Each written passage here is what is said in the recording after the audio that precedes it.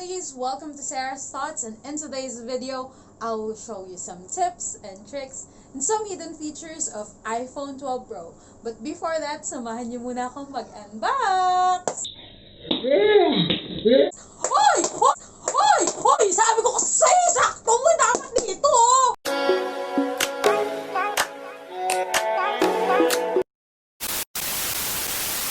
Hi ladies! So, today pupunta tayo sa SM East para bilhin yung iPhone 12 Pro.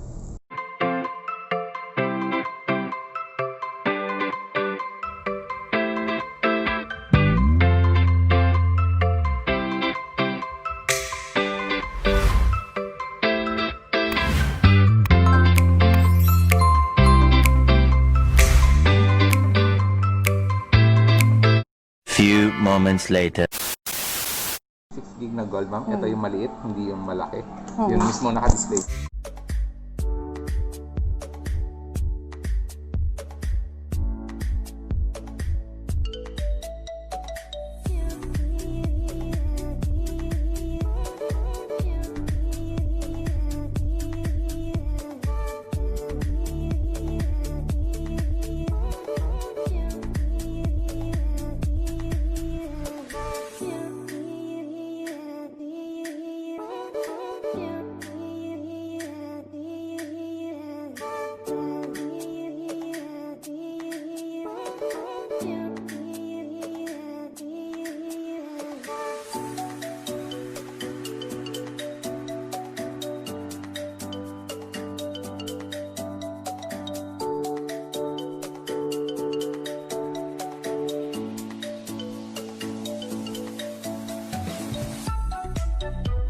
One eternity later. Ito na siya! So, nakuha na natin yung gusto natin.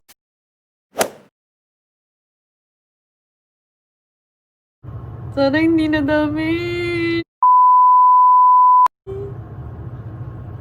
Nakabahan ako.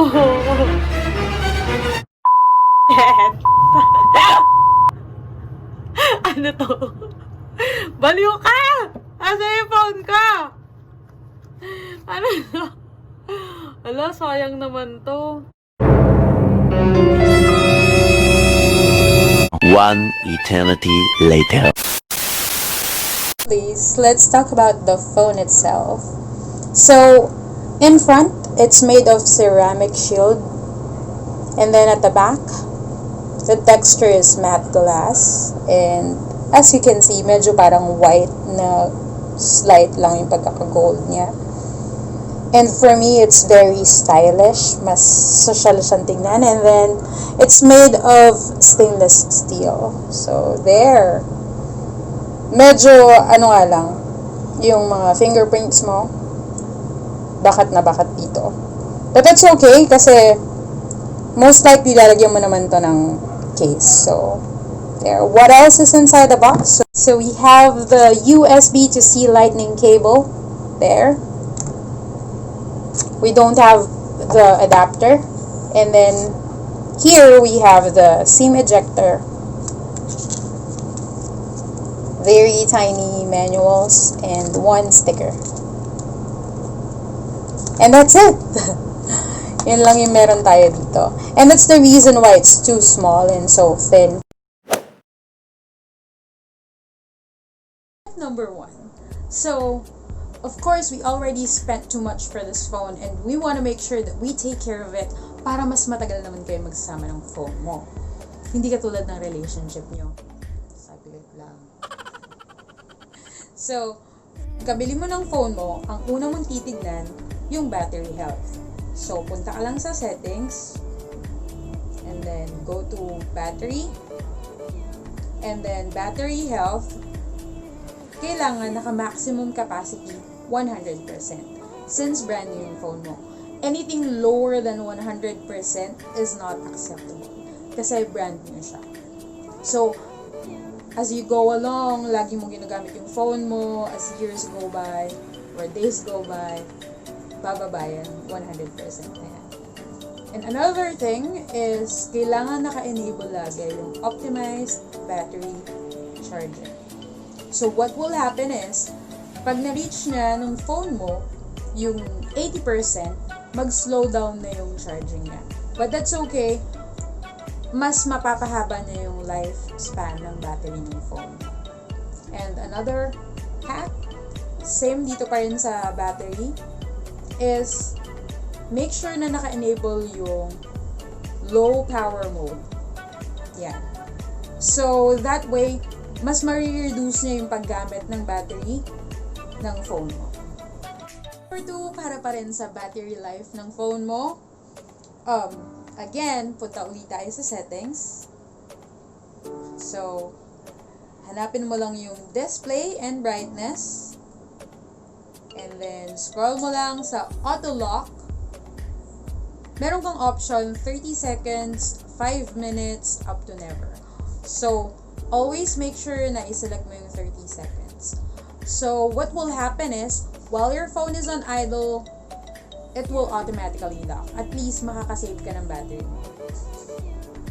Next would be raise to wake. Raise to wake is enabled. See, pagka naka-enable yan, and then, let's say, you're about to sleep, naka-lock yung phone mo, you put it down, and then you wanna check, nag-chat ba si crush? Boom.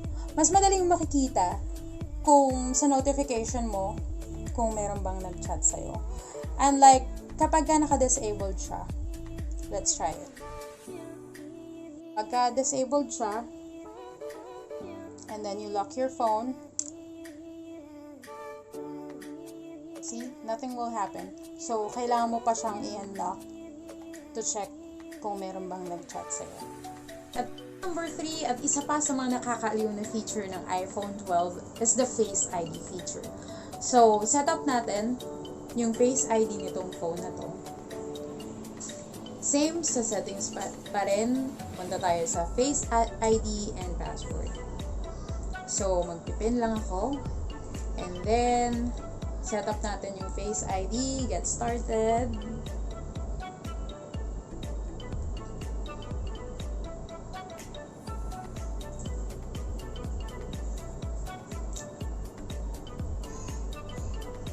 Okay, one more.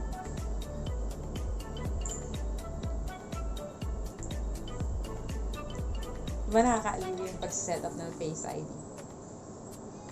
And then, as you can see, since naka-set up na yung Face ID, pwede ka pang mag-set up or alternate appearance. So, if in case your kids are also using your phone or yung partner mo, ginagamit niya rin yung phone mo, pwede kang mag-set up ng alternate appearance mo dito.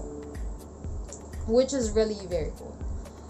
And now, isa pang magandang feature nito, it is para sa privacy nyo. So, guys, lend me your ears. Importante to, lalo na pag natutulog ka and somebody is trying to be sneaky, tapos gustong i-check kung sino ba yung ka-chat mo, sino ba yung ka-text mo, para hindi kayo mag-away, kinabukasan pagising mo sa umaga, make sure na naka-enable to.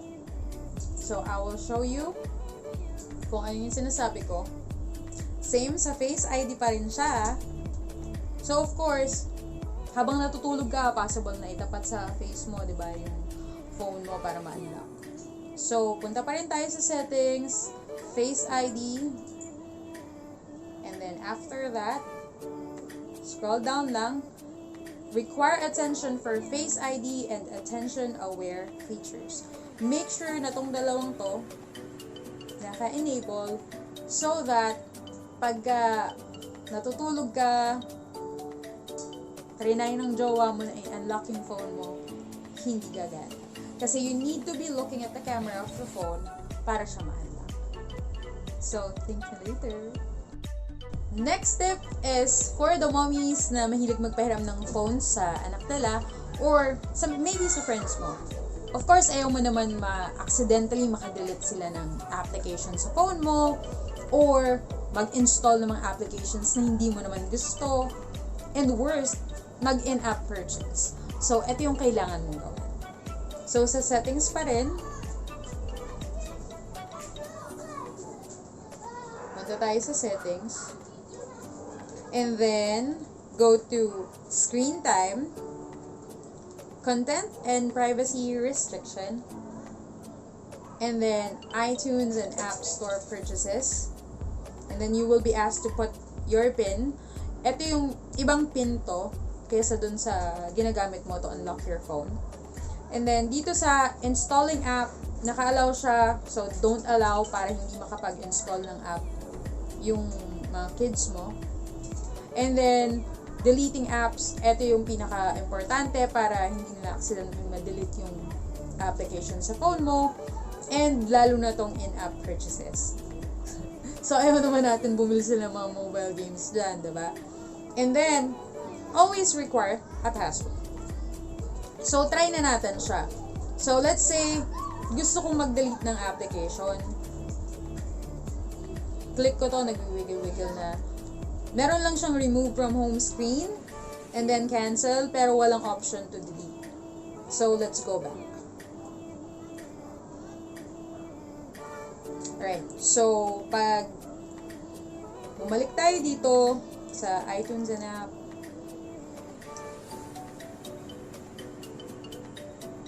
tapos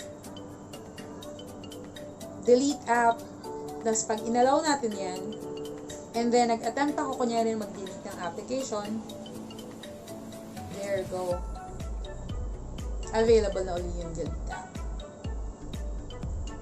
And also, isa pa pala, kapag yung installing app, nilagay mo sa don't allow, since hindi makakapag-install ng application, mawawala yung app store na app mo. So, as you can see, wala yung application ko na yun. Pero, para bumalik,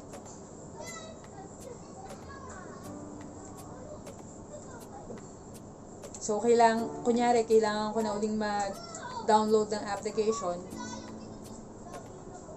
So, kailangan i-allow ko lang to. And then, ayun, nandyan na uli yung App Store na application. Nakakaalo na feature nitong iPhone 12 is a double and triple tap. So, same, pupunta pa rin tayo sa settings. There you go. And then, pwede mong i-search na dito sa taas. Touch. And then, scroll down sa pinakababa, back tap. And then, nakaset sa akin yung double tap sa app switcher. So, try natin. There you go. So, naglabasan yung mga applications na naka-open. And then, sa triple tap naman, screenshot. Nag-screenshot siya. Diba?